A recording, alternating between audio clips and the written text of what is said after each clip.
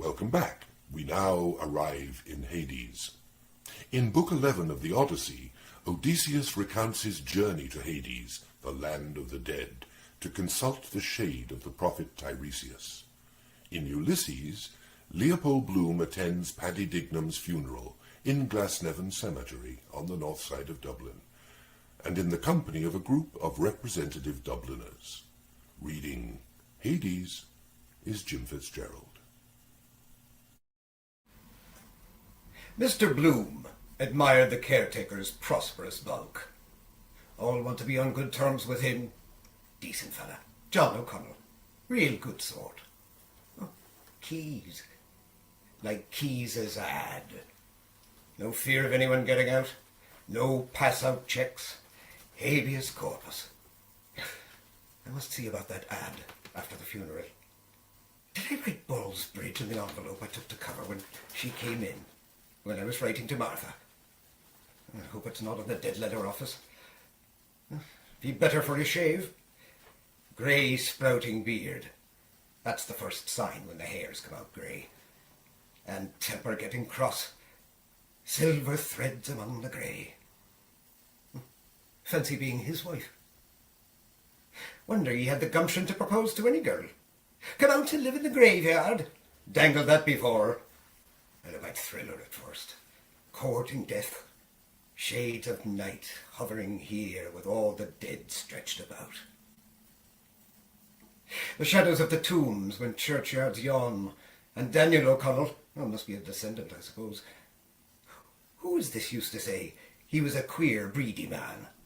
Great Catholic all the same, like a big giant in the dark. Will-o'-the-wisp, gas of graves. Want to keep her mind off it to conceive at all. Women especially are so touchy. Tell her a ghost story in bed to make her sleep. Have you ever seen a ghost? Well, I have. It was a pitch dark night. The clock was on the stroke of 12. Still, they'd kiss all right if properly keyed up. Whores in Turkish graveyards. Learn anything if taken young. You might pick up a young widow here. Men like that. Love among the tombstones. Romeo, spice of pleasure. In the midst of death we are in life. Both ends meet. Tantalizing for the poor dead. Smell of grilled beefsteaks to the starving. Gnawing their vitals. Desire to grig people. Molly wanting to do it at the window. 8 children he has anyway. He's seen a fair share go under in his time, lying about him in the field after field. Holy fields. Or room if they buried them standing. Sitting or kneeling you couldn't. Standing? His head might come up some day above ground in a landslip with his hand pointing. All honeycombed the ground must be. Oblong cells. And very neat he keeps it too. Trim grass and edgings. His garden Major Gamble calls Mount Jerome. Well, so it is. Ought to be flowers of sleep. Chinese cemeteries with giant poppies growing produced the best opium. Mastelansky told me. The botany gardens are just over there. It's the blood sinking in the earth gives new life. Same idea those Jews said they killed the Christian boy. Well, every man his price. Well-preserved fat corpse, gentleman, epicure, invaluable for a fruit garden. A bargain. By carcass of William Wilkinson, auditor and accountant, lately deceased, £3.13 with thanks. I dare say the soil would be quite fat with corpse manure. Bones, flesh, nails, charnel houses. Dreadful. Turning green and pink decomposing, rot quick in a damp earth. The lean old ones tougher. Then a kind of a tallowy, kind of a cheesy. Then begin to get black. Black treacle oozing out of them. Then dried up, dead moths. Of course they sell or whatever, they go on living, changing about, live for practically ever. Nothing to feed on themselves. There must be a breed of a devil of a lot of maggots. Soil must be simply swirling with them. Your head, it simply swirls. Those pretty little seaside girls. He looks cheerful enough over it. Gives it a sense of power seeing all the others go first. I wonder how he looks at life. Cracking his jokes, too, warms the cockles of his heart. The one about the bulletin. Spurgeon went to heaven 4 a.m. this morning. 11 p.m. closing time. Not arrived yet. Peter.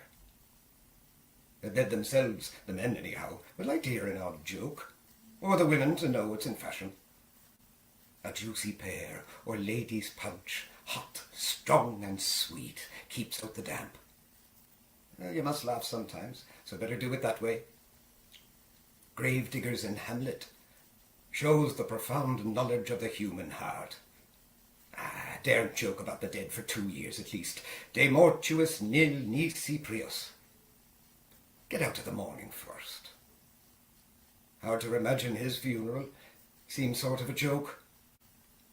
Read your own obituary notice, they say, and you live longer. Gives you the second wind. New lease on life. How many have you for tomorrow? The caretaker asked. 2, Corny Kelleher said. 10:30 and 11. The caretaker put his papers in his pocket. The barrow had ceased to trundle. The mourners split and moved to each side of the hole, stepping with care on the graves. The gravediggers bore the coffin and set its nose on the brink, looping the bands around it. Burying him. We come to bury Caesar. His Ides of March or June. He doesn't know who is here nor care. Now who is that lanky-looking galoot over there in the Macintosh? Now who is he, I'd like to know? Now I'd give a trifle to know who he is. Always someone turns up you never dreamt of. A fellow could live lonesome all his life, yes he could. Still, he'd have to get someone to sod him after he died. Though he could dig his own grave. We all do. Only man buries. No, ants too. First thing strikes anybody, bury the dead. Say Robinson Crusoe was true to life. Well then, Friday buried him. Every Friday buries a Thursday if you come to look at it. Oh, poor Robinson Crusoe, how could you possibly do so? Poor Dignam. His last lie on the earth in his box. When you think of them at all, it does seem a waste of wood. All gnawed through. They could invent a handsome bier with a kind of panel siding. Let it down that way. But they might object to be buried out of another fellow's. They're so particular. Lay me in my native earth. Bit of clay from the Holy Land. Only a mother and a dead-born child ever buried in the one coffin. I see what it means. I see. To protect them as long as possible, even in the earth. The Irishman's house is his coffin. Embalming in catacombs. Mummies, the same idea. Mr. Bloom stood far back, his hat in his hand, counting the bared heads. 12. No, I'm 13. No, the chap in the Macintosh is 13. Death's number. Now where the deuce did he pop out of? He wasn't in the chapel, that I'll swear. Silly superstition about 13. Nice soft tweed Ned Lambert has in that suit. Tinge of purple. I had one like that when we lived in Lombard Street West. Dressy fellow he was once. Used to change suits 3 in one day. Must get that suit of mine turned out by Mesias. Hello. It's dyed. His wife. Oh, I forgot he's not married. Or his landlady ought to have picked out those threads for him. The coffin dived out of sight. Eased down by the men straddled on the grave trestles. They struggled up and out, all uncovered. 20. Pause. If we were all suddenly somebody else. Far away a donkey brayed, rain. No such ass. Never see a dead one, they say. Shame of death, they hide. Also poor Papa went away. Gentle sweet air blew round the bared heads in a whisper. Whisper. The boy by the grave head held his wreath with both hands, staring quietly in the black open space. Mr. Bloom moved behind the portly, kindly caretaker, well-cut frock coat, weighing them up, perhaps, to see which will go next. Well, it's a long rest. Feel no more. It's the moment you feel. Must be damned unpleasant. You can't believe it at first. Mistake must be somebody else. Try the house opposite. Wait, I wanted to. I haven't yet. Then darkened death chamber. Light they want, whispering around you. Would you like to see a priest? Then rambling and wandering, delirium, all you hid your life. A death struggle. His sleep is not natural. Press his lower eyelid. Watching, is his nose pointed? Is his jaw sinking? Are the soles of his feet yellow? Pull that pillow away and finish it off on the floor, since he's doomed. The devil in that picture of a sinner's death, showing him a woman, dying to embrace her in his shirt. The last act of Lucia. Shall I never more behold thee? Bam! He expires. Gone at last. People talk about you for a bit, forget you. Don't forget to pray for him. Remember him in your prayers. Even Parnell. Ivy Day dying out. Then they follow, dropping into a hole, one after the other. We're praying now for the repose of his soul, hoping you're well and not in hell. Nice change of air. Out to the frying pan of life, into the fire of purgatory. Does he ever think of the hole waiting for himself? They say you do when you shiver in the sun, someone walking over it. Call boys warning near you. Mine over there, towards Finglas, the plot I bought.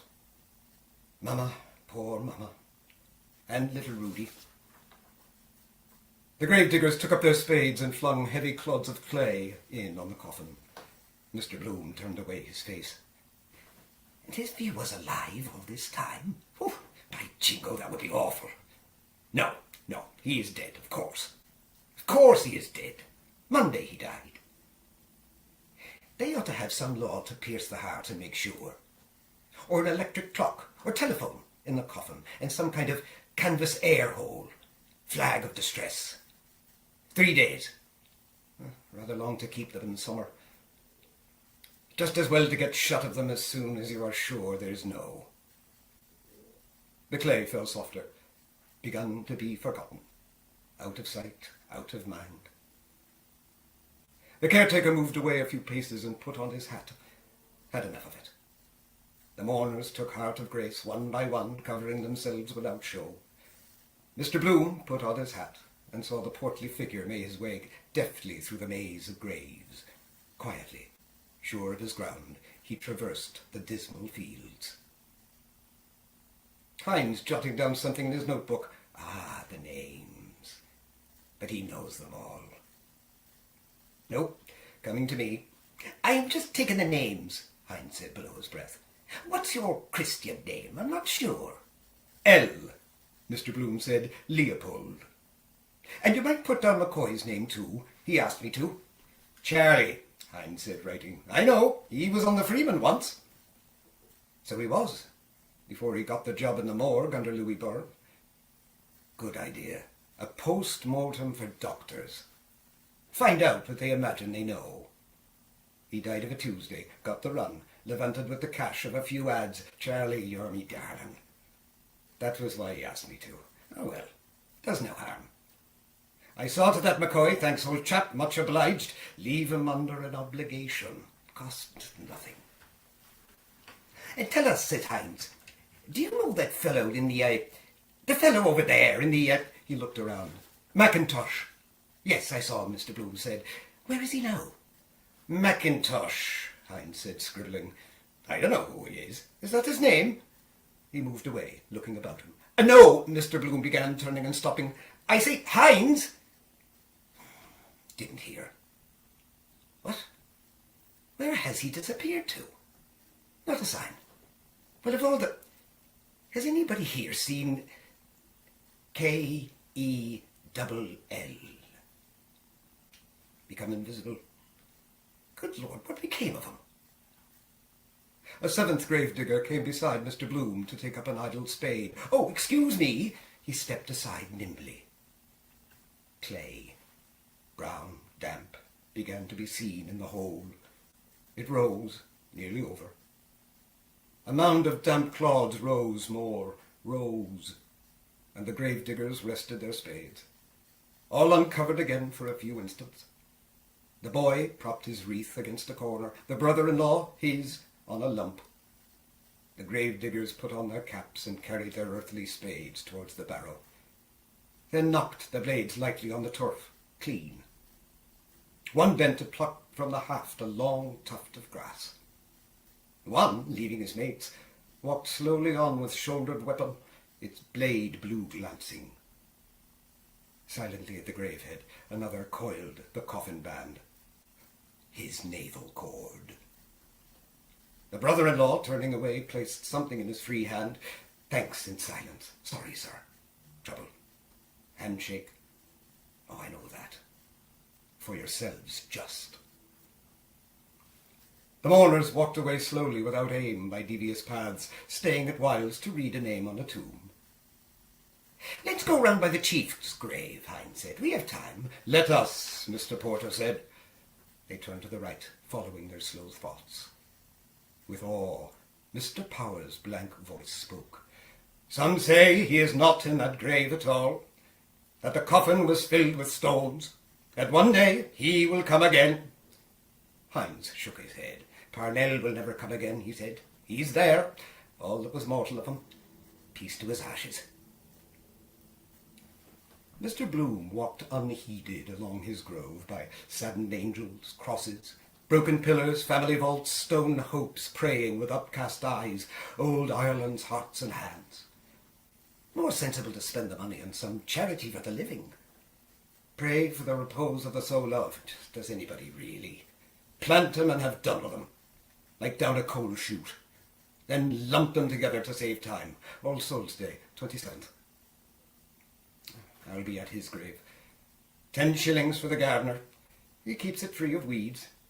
Old man himself, bent down double with his shears clipping, near death's door. Who passed away, who departed this life? As if they did it of their own accord. Got the shove, all of them. Who kicked the bucket? More interesting if they told you who they were. So-and-so, wheelwright. I travelled for Cork Lino. I paid 5 shillings in the pound. Or a woman with a saucepan. I cooked good Irish stew. Elegy in a country churchyard it ought to be. That poem of, who was it? Wordsworth or Thomas Campbell. Entered into rest, the Protestants put it. Old Dr. Murrans, the great physician, called him home. Well, it's God's acre for them. Nice country residence, newly plastered and painted. Ideal spot to have a quiet smoke and read the church Times. Marriage ads they never tried to beautify. Rusty wreaths hung on knobs, garlands of bronze foil. Better value that, for the money. Still, the flowers are more poetical. The other gets rather tiresome, never withering, expresses nothing. Immortales. A bird sat tamely perched on a poplar branch, like stuffed, like the wedding present Alderman Hooper gave to us. Whoo! Not a budge out of him. Knows there are no catapults to let fly at him. Dead animal even sadder. Silly Millie burying the little dead bird in the kitchen macbox, and a daisy chain and bits of broken chainies on the grave.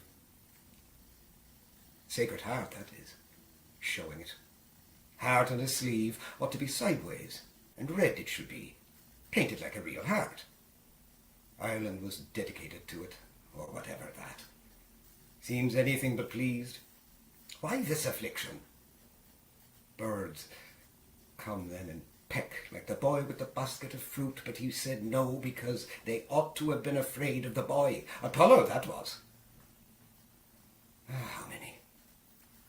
All these here once walked around Dublin, faithful departed. As you are now, so once were we. Besides, how could you remember everybody? Eyes, walk, voice. Well, the voice, yes.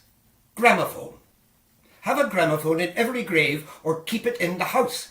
After dinner on a Sunday. Put on poor old great-grandfather. Hello, hello, hello. Awfully glad to see you again. Hello, hello.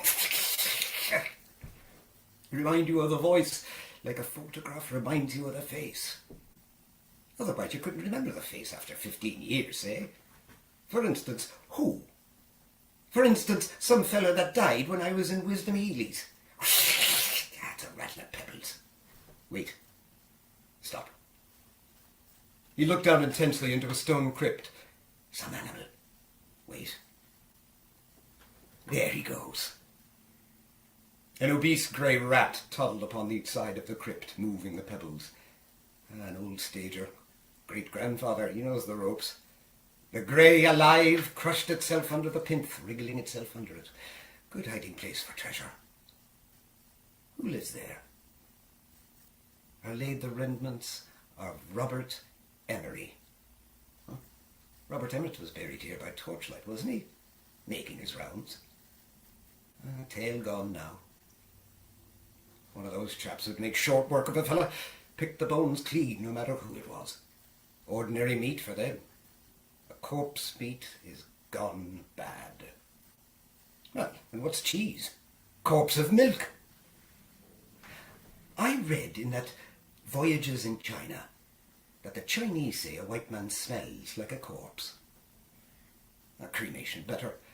Priests dead against it. Divilling for the other form. Wholesale burners and Dutch oven dealers. Time of the plague. Quick-timed fever pits to eat them. Lethal chamber. Ashes to ashes. Or bury at sea. Where is that Parsi Tower of Silence? Eaten by birds. Earth, fire, water. Drowning, they say, is the pleasantest. See your whole life in a flash, but being brought back to life? No. Can't bury in the air, however. Out of a flying machine? Wonder, does the news go about whenever a fresh one is let down? Underground communication. We learned that from them. Wouldn't be surprised. Regular square feed for them.